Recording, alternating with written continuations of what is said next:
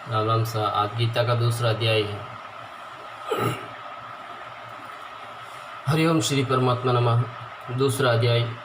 सजय बोले कि क्रुद्ध प्रकार से करुणा करके व्यापत और आंसुओं से पूर्ण तथा व्याकुल नेत्रों वाले शोक युक्त उस अर्जुन के प्रति भगवान मधुसूदन ने यह वचन कहा कि हे अर्जुन, तुमको इस विषम स्थल में यह ज्ञान किस हेतु से प्राप्त हुआ है? क्योंकि यह न तो श्रेष्ठ पुरुषों से आचरण किया गया है और न स्वरूप को देने वाला है, न कीर्ति को करने वाला है। इसलिए हे अर्जुन, नपुंसकता को मत प्राप्त हो, यह तेरे योग्य नहीं है। हे परंतप, तुच्छ हृदय की दुर्बलता को त्याग कर युद्ध के लिए खड़ा हो। तब अर्जुन बोले कि हे मधुसूदन, मैं रणभूमि में भीष्म पितामह और द्रोणाचार्य के प्रति किस प्रकार बाणों से युद्ध करूंगा? क्योंकि हे हरिसूदन, वे दोनों ही पूजनीय हैं। इसलिए इन महानुभाव गुरुजनों को न मारकर इस लोक में भिक्षा का अन्न भी भोगना कल्याणकारक समझता हूँ। क्योंकि गुरुजन को मारकर भी इस लोक में रुधिर से सने हुए हैं अर्थ और कामरूप भोगों को ही तो भोगूंगा। और हम लोग यह भी नहीं जानते हैं कि हमारे लिए क्या करना श्रेष्ठ है, अथवा यह भी नहीं जानते हैं कि हम जीतेंगे या हमको वे जीतेंगे, और जिनको मारकर हम जीना भी नहीं चाहते हैं वे ही धृतराष्ट्र के पुत्र हमारे सामने खड़े हैं।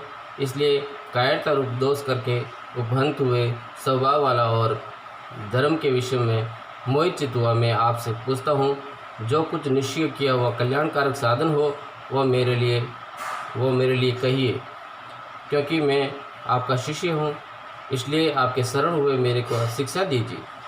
क्योंकि भूमि में निष्कंटक धनधान्य संपन्न राज्य को और देवताओं के स्वामित्व को प्राप्त होकर भी मैं उस उपाय को नहीं जानता हूँ, नहीं देखता हूँ, जो कि मेरी इंद्रियों के सुखाने वाले शोक को दूर कर सके। सजय बोले, हे राजन, निंद्रा को जीतने वाले अर्जुन अंतर्यामी श्री कृष्ण महाराज के प्रति इस प्रकार कहकर फिर श्री गोविंद भगवान से युद्ध नहीं करूँगा, ऐसे स्पष्ट कहकर चुप हो गए। उसके उपरांत हे वर्तवंशी धृतराष्ट्र, अंतर्यामी श्री कृष्ण महाराज ने दोनों सेनाओं के बीच में उस शोकयुक्त अर्जुन को हंसते हुए से ये वचन कहे कि हे अर्जुन, तू न शोक करने के योग्य के लिए शोक करता है और न पंडितों के से वचनों को कहता है, परंतु पंडितजन जिनके प्राण चले गए हैं उनके लिए और जिनके प्राण नहीं गए हैं उनके लिए भी शोक नहीं करते हैं। क्योंकि आत्मा नित्य है, इसलिए शोक करना अयुक्त है। वास्तव में न तो ऐसा ही है कि मैं किसी काल में नहीं था अथवा तू नहीं था अथवा ये राजा लोग नहीं थे, और न ऐसा ही है कि इससे आगे हम सब नहीं रहेंगे। किंतु जैसे जीवात्मा के इस देह में कुमार, युवा और वृद्धावस्था होती है, वैसे ही अन्य शरीर की प्राप्ति होती है। उस विषय में धीर बुद्धि पुरुष नहीं मोहित होता है। अर्थात जैसे कुमार, युवा और इस जरावस्था रूप स्थूल शरीर का विकार अज्ञान से आत्मा में भासता है, वैसे ही एक शरीर से दूसरे शरीर को प्राप्त होना रूप सूक्ष्म शरीर का विकार भी अज्ञान से ही आत्मा में भासता है। इसलिए तत्व को जानने वाला धीर पुरुष इस विषय में नहीं मोहित होता है। हे कुंती पुत्र, सर्दी गर्मी और दुख सुख को देने वाले इंद्रिय और विषयों के शहंग तो क्षणभंगर और अनित्य हैं। इसलिए हे भरतवंशी अर्जुन, उनको तो सहन कर। क्योंकि हे पुरुष श्रेष्ठ, दुख सुख को समान समझने वाले जिस धीर पुरुष को ये इंद्रिया के विषय में व्याकुल नहीं कर सकते, वह मोक्ष के लिए योग्य होता है। और हे अर्जुन, अस्त वस्तु का तो अस्तित्व नहीं है और सत्य का अभाव नहीं है। इस प्रकार इन दोनों का ही तत्वज्ञानी पुरुषों द्वारा देखा गया है। इस न्याय के अनुसार नाश रहित तो उसको जान की जिससे यह संपूर्ण जगत व्यापक है। क्योंकि इस अविनाशी विनाश करने को कोई भी समर्थ नहीं है, और इस नाश रहित अपरमेय नित्य स्वरूप आत्मा के ये सब शरीर नाशवान कहे गए हैं। इसलिए हे वर्तवंशी अर्जुन, तो युद्ध कर। जो इस आत्मा को मारने वाला समझता है तथा जो इसको मरा मानता है, वे दोनों ही नहीं जानते हैं। क्योंकि यह आत्मा न मारता है और न मारा जाता है। यह आत्मा किसी काल में भी न जन्मता है और न मरता है, अथवा न यह आत्मा हो करके फिर होने वाला है, क्योंकि यह अजन्मा, नित्य, शाश्वत और पुरातन है। शरीर के नाश होने पर भी यह नाश नहीं होता है। हे प्रतापपुत्र अर्जुन, जो पुरुष इस आत्मा को नाश रहित, नित्य, अजन्मा और अव्यय जानता है, वह पुरुष कैसे किसको मरवाता है और कैसे किसको मारता है। और यदि तू कहे कि मैं तो शरीरों के वियोग का शोक करता हूँ, तो यह भी उचित नहीं है, क्योंकि जैसे मनुष्य पुराने वस्त्रों को त्याग कर दूसरे नए वस्त्रों को ग्रहण करता है, वैसे ही जीवात्मा पुराने शरीरों को त्याग कर दूसरे नए शरीरों को प्राप्त होता है। हे अर्जुन, इस आत्मा को शास्त्रादि नहीं काट सकते हैं और इसको आग नहीं जला सकती है और इसको जल गीला नहीं कर सकते हैं और वायु नहीं सुखा सकता है, क्योंकि यह आत्मा अच्छेद है और यह आत्मा अधा, अखेद और अशूष्य है। यह आत्मा निसंदेह, नित्य, सर्वव्यापक, अचल, स्थिर रहने वाला और सनातन है। यह आत्मा अव्यक्त अर्थात इंद्रिय का अविष्य और यह आत्मा अचिन्त्य अर्थात मन का विषय और यह आत्मा विकार रहित अर्थात न बदलने वाला कहा गया है। इससे हे अर्जुन, इस आत्मा को ऐसा जानकर तू शोक करने योग्य नहीं है, अर्थात तुझे शोक करना उचित नहीं है। यदि तू इसको सदा जन्मने और सदा मरने वाला माने तो भी हे अर्जुन, इस प्रकार शोक करने को योग्य नहीं है, क्योंकि ऐसा होने से तो जन्मने वाले की निश्चय मृत्यु और मरने वाला का निश्चय जन्म होना सिद्ध हुआ है। इसे भी तो इस बिना उपाय वाले विषय में शोक करने को योग्य नहीं है। यह विषमादिकों के शरीर मायामय होने से अनित्य हैं, इसे शरीरों के लिए भी शोक करना उचित नहीं है, क्योंकि अर्जुन, संपूर्ण प्राणी जन्म से पहले बिना शरीर वाले और मरने के बाद भी बिना शरीर वाले ही हैं। केवल बीच में शरीर वाले ही प्रतीत होते हैं, फिर उस विषय में क्या चिंता है। हे अर्जुन, यह आत्म तत्व बड़ा गहन है, इसलिए कोई महापुरुष ही इस आत्मा को आशिक की जय देखता है और वैसे ही दूसरा कोई महापुरुष ही आशिक की जय इसके तत्व को कहता है और दूसरा कोई ही इस आत्मा को आशिक की जय सुनता है और कोई सुनकर भी इस आत्मा को नहीं जानता है। हे अर्जुन, यह आत्मा सबके शरीर में सदा ही अविद्य है, इसलिए संपूर्ण भूत प्राणियों के लिए तो शोक करने को योग्य नहीं है और अपने धर्म को देखकर भी तू भय करने को योग्य नहीं है, क्योंकि धर्म युक्त युद्ध से बढ़कर दूसरा कोई कल्याणकारक कृत्य क्षत्रिय के लिए नहीं है। हे पार्थ, अपने आप प्राप्त हुए और खुले हुए सर्व के द्वार रूप इस प्रकार के युद्ध को भाग्यवान क्षत्रिय लोग ही पाते हैं। और यदि तू इस धर्मयुक्त संग्राम को नहीं करेगा तो स्वधर्म को और कृत्य को खोकर पाप को प्राप्त होगा और सब लोग तेरी बहुत काल तक रहने वाली अपकृति को भी कथन करेंगे और वह अपकृति माननीय पुरुष के लिए मरण से भी अधिक बुरी होती है और जिनके तू बहुत माननीय होकर भी अब तुच्छता को प्राप्त होगा, वे महारथी लोग तुझे भय के कारण युद्ध से उपराम हुआ मानेंगे और तेरे वेरी लोग तेरे को सामर्थ्य की निंदा करते हुए बहुत से न कहने योग्य वचनों को कहेंगे, फिर उससे अधिक दुख क्या होगा। इससे युद्ध करना तेरे लिए सब प्रकार से अच्छा है, क्योंकि या तो मरकर स्वरूप को प्राप्त होगा अथवा जीतकर पृथ्वी को भोगेगा। इससे हे अर्जुन, युद्ध के लिए निश्चय वाला होकर खड़ा हो।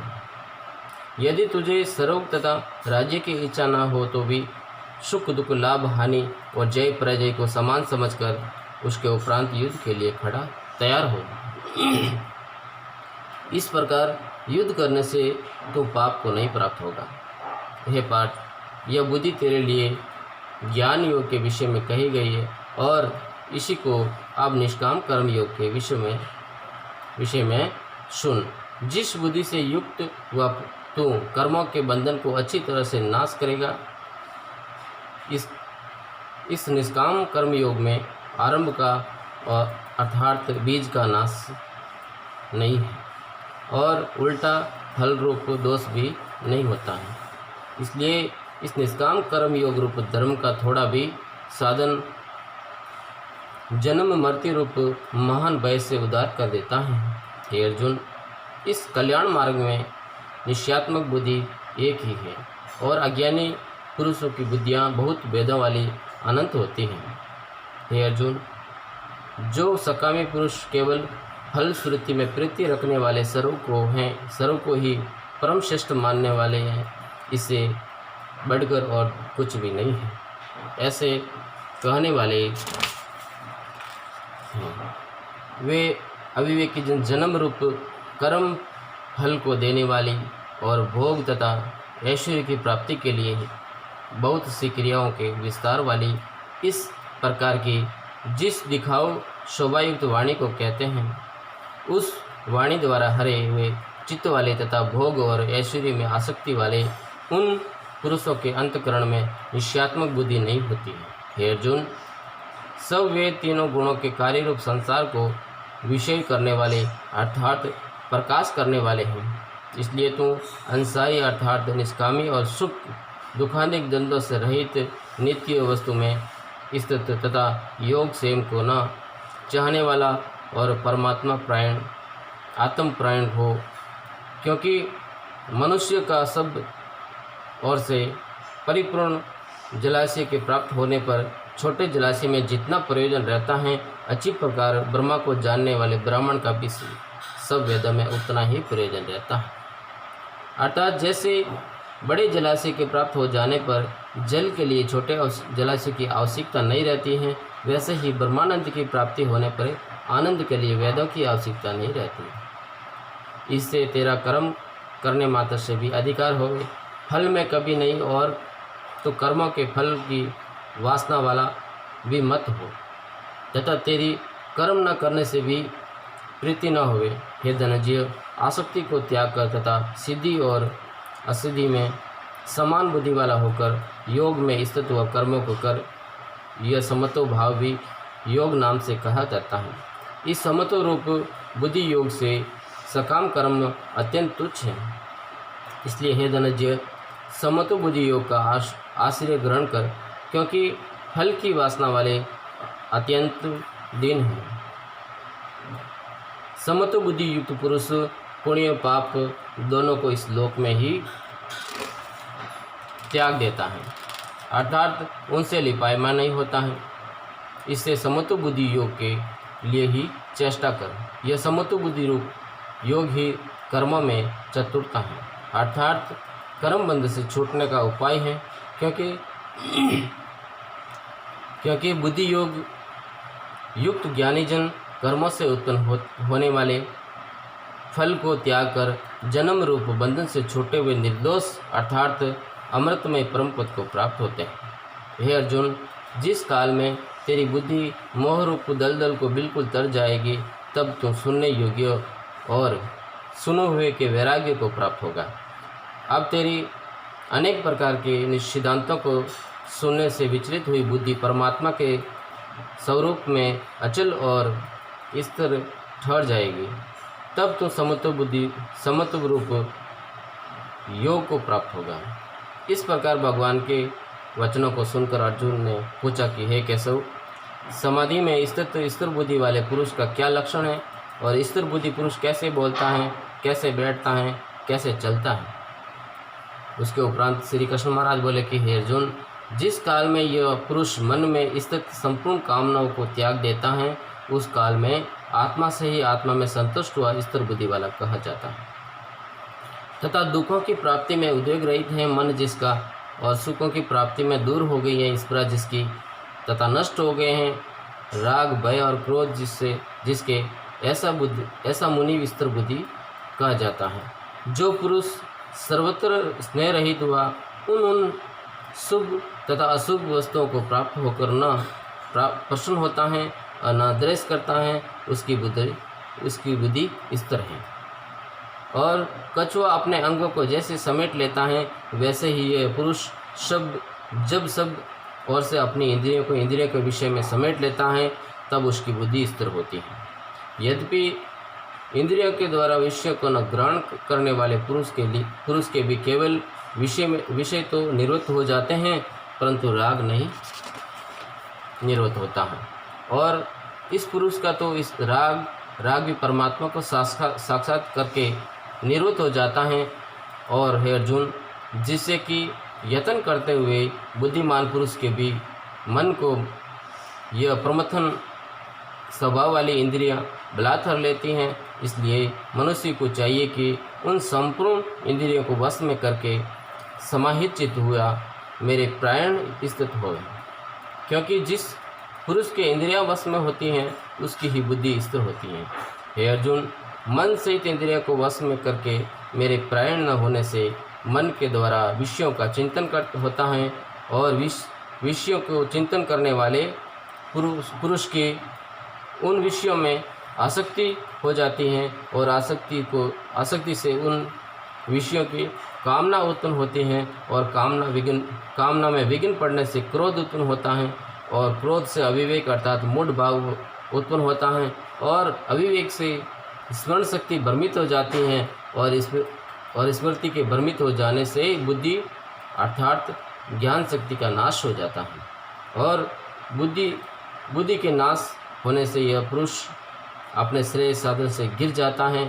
परंतु स्वाधीन अंतकरण वाला पुरुष राग द्वेष से रहित अपने वश में की हुई इंद्रिया द्वारा विषय को भोगता हुआ अंतकरण की प्रसन्नता अर्थात स्वस्थता को प्राप्त होता है। उस निर्मलता के होने पर इसके संपूर्ण दुखों का अभाव हो जाता है, और उस प्रसन्नचित्त वाले पुरुष की बुद्धि शीघ्र ही अच्छी प्रकार स्थिर हो जाती है। हे अर्जुन, साधन रहित पुरुष के अंतकरण में श्रेष्ठ बुद्धि नहीं होती है, और उस अयुक्त के अंतकरण में आस्तिक भाव भी नहीं होता है, और बिना आस्तिक भाव वाले पुरुष को शांति भी नहीं होती है। फिर शांति रहित पुरुष को सुख कैसे हो सकता है? क्योंकि जल में वायु नाव को जैसे हर लेता है, वैसे ही विषयों से विचरती हुई इंद्रियों के बीच में जिस इंद्रिय के साथ मन रहता है, वो एक ही इंद्रिय इस अयुक्त पुरुष की बुद्धि को हरण कर लेती हैं। इससे हे अर्जुन, हे माभो, जिस पुरुष की इंद्रियां सब प्रकार इंद्रियों के विषयों में वश में की हुई होती हैं, उसकी बुद्धि स्थिर होती है।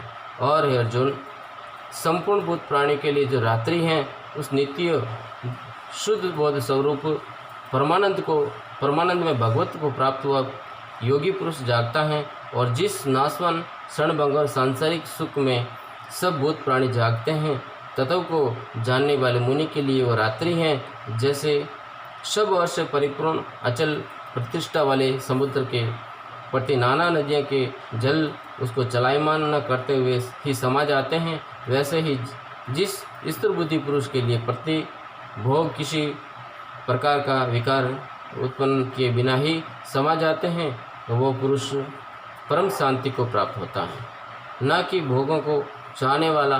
क्योंकि जो पुरुष संपूर्ण कामनाओं को त्याग कर ममता रहित और अहंकार रहित स्पृहा रहित वह बरतता है, वो शांति को प्राप्त होता है। हे अर्जुन, वो ब्रह्मा को प्राप्त हुए पुरुष की स्थिति है, इसको प्राप्त होता है, मोहित नहीं होता है, और अंतकरण में भी इस निष्ठा में स्थित होकर ब्रह्मानंद को प्राप्त हो जाता है। हरि ओम श्री भगवती वासुदेवाय नमः।